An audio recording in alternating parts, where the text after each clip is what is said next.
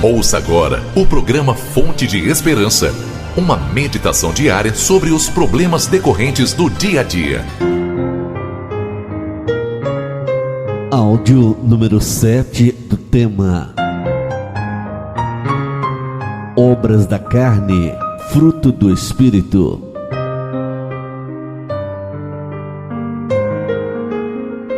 Nos programas anteriores, aprendemos detalhadamente sobre as obras da carne. Aprendemos também que, se o cristão vive dominado pelos desejos carnais, ele não pode agradar a Deus. Outra verdade aprendida é, para o cristão, existem duas maneiras pelas quais ele pode viver, na carne ou no Espírito. Ou você serve a Deus e permite que Ele domine sua natureza adâmica, ou vive na prática das obras da carne. No programa de hoje, vamos iniciar o nosso aprendizado sobre o fruto do Espírito. Antes disso, por que obras e fruto? Obras da carne, nós as produzimos por causa da natureza pecaminosa, da inclinação de nosso corpo para o mal. Então essas obras são processadas no laboratório de nosso coração. O fruto do Espírito não é uma produção nossa, não é resultado do que somos, e sim uma operação sobrenatural e extraordinária do Espírito Santo em nós, de tal maneira que é uma obra única em nosso coração. Em Gálatas 5, verso 17, parte A, lemos: pois a carne deseja o que é contrário ao Espírito, e o Espírito o que é contrário à carne. O conflito espiritual interiormente no cristão envolve a totalidade da sua pessoa. Este conflito resulta numa completa submissão às más inclinações da carne, o que significa voltar ao domínio do pecado, ou numa plena submissão à vontade do Espírito Santo, continuando o cristão sob o senhorio de Cristo. O campo de batalha está dentro de cada cristão, e o conflito continuará por toda a vida terrena. E ouvinte, enquanto as obras da carne são um convite para o pecado, o fruto do Espírito é um convite para a santidade. Gálatas capítulo 5, versos 22 e 23, temos um conjunto de 9 virtudes, ou 9 partes que constituem o propósito e o alvo de Deus para os cristãos. É o próprio Espírito Santo quem produz em nós essas virtudes ou partes que constituem o fruto. Antes de detalharmos estas virtudes, vamos estudar um pouco sobre quem é o Espírito Santo, qual é o seu papel no plano da redenção. Evangelho de Jesus, transcrito por João, capítulo 16, versos 7 ao 13, diz: mas eu lhes afirmo que é para o bem de vocês que eu vou. Se eu não for, o conselheiro não virá para vocês, mas se eu for, eu o enviarei. Quando ele vier, convencerá o mundo do pecado, da justiça e do juízo. Do pecado, porque os homens não creem em mim; da justiça, porque vou para o meu Pai, e vocês não me verão mais; e do juízo, porque o príncipe deste mundo já está condenado. Tenho ainda muito que lhes dizer, mas vocês não o podem suportar agora. Mas quando o Espírito da verdade vier, ele os guiará a toda a verdade. Não falará de si mesmo, falará apenas o que ouvir, e lhe anunciará o que está por vir. Lido este texto, falo a você 3 verdades que os cristãos precisam saber sobre o Espírito Santo. Primeira verdade: divindade. A deidade absoluta do Espírito Santo é revelada nas Escrituras, e essa é a crença da igreja ao longo dos séculos. Essa verdade está clara na fórmula batismal, quando o Espírito aparece como Deus igual ao Pai e ao Filho. Mateus 28, verso 19, abre aspas, batizando-as em nome do Pai e do Filho e do Espírito Santo, fecha aspas. Assim habita no cristão o Deus Trino e Uno, o Pai, o Filho e o Espírito Santo. Segunda verdade, personalidade. A personalidade do Espírito Santo é uma verdade bíblica. As Escrituras revelam os elementos constitutivos dessa personalidade, e os principais são o intelecto, a emoção e a vontade, entre os demais. Dentro de sua personalidade, veja 13 características do Espírito Santo. Em 1 Coríntios 2, versos 10 e 11, lemos que o Espírito é inteligente e raciocina.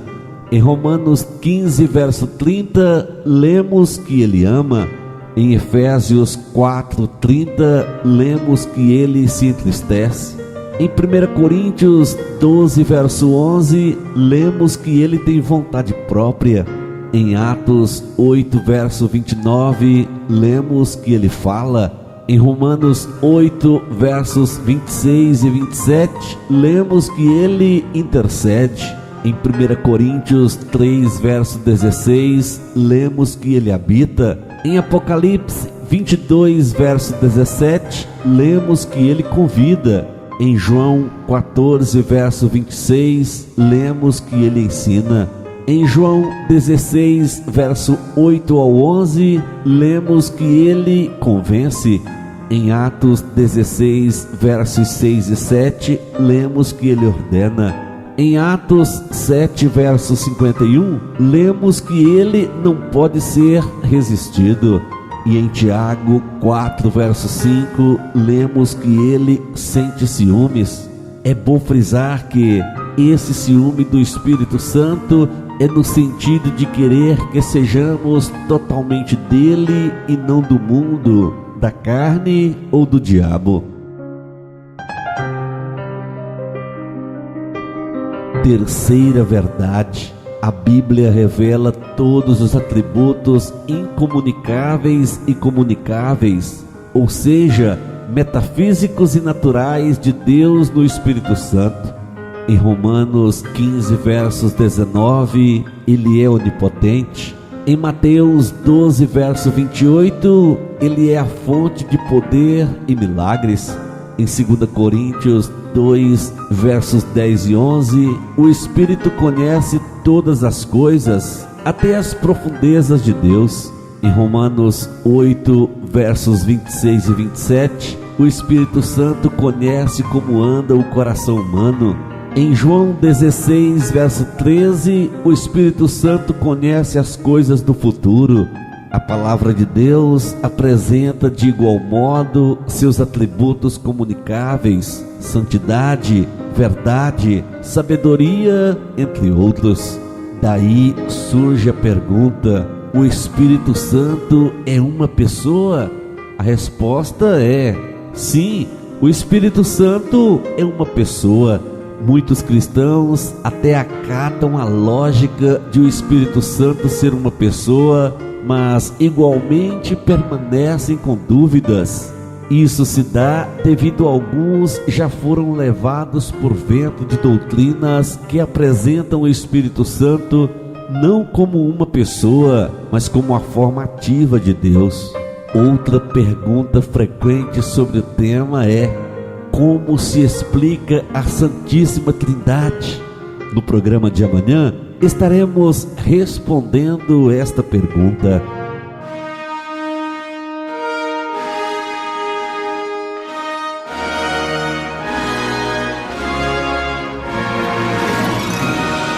Eleve o seu pensamento a Deus e vamos falar com Ele em oração.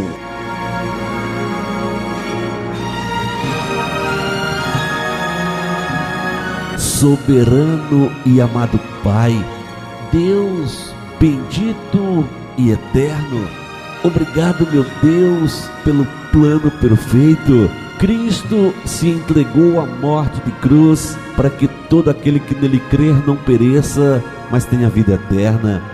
Pai amado, após esta salvação em Cristo, fomos agraciados com a presença do Espírito Santo sobre a nossa vida. Obrigado, meu Senhor, pelo teu cuidado pessoal para com cada ser humano.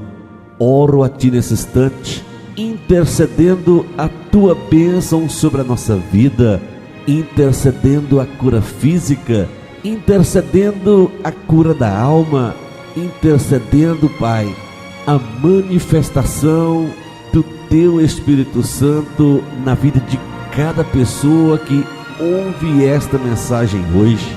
Ajuda-nos a cada dia a vivenciar a Tua bondade. Ajuda-nos, ó Senhor, a cada dia fugirmos dos prazeres pecaminosos da carne. Dê-nos um dia de bênção, um dia de vitória. Pai, entre com providência na causa que esta pessoa está colocando diante de Ti neste momento.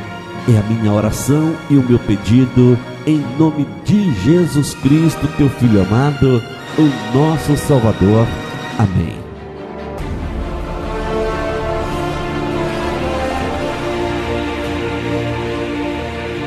E ouvinte, como se explica a Santíssima Trindade?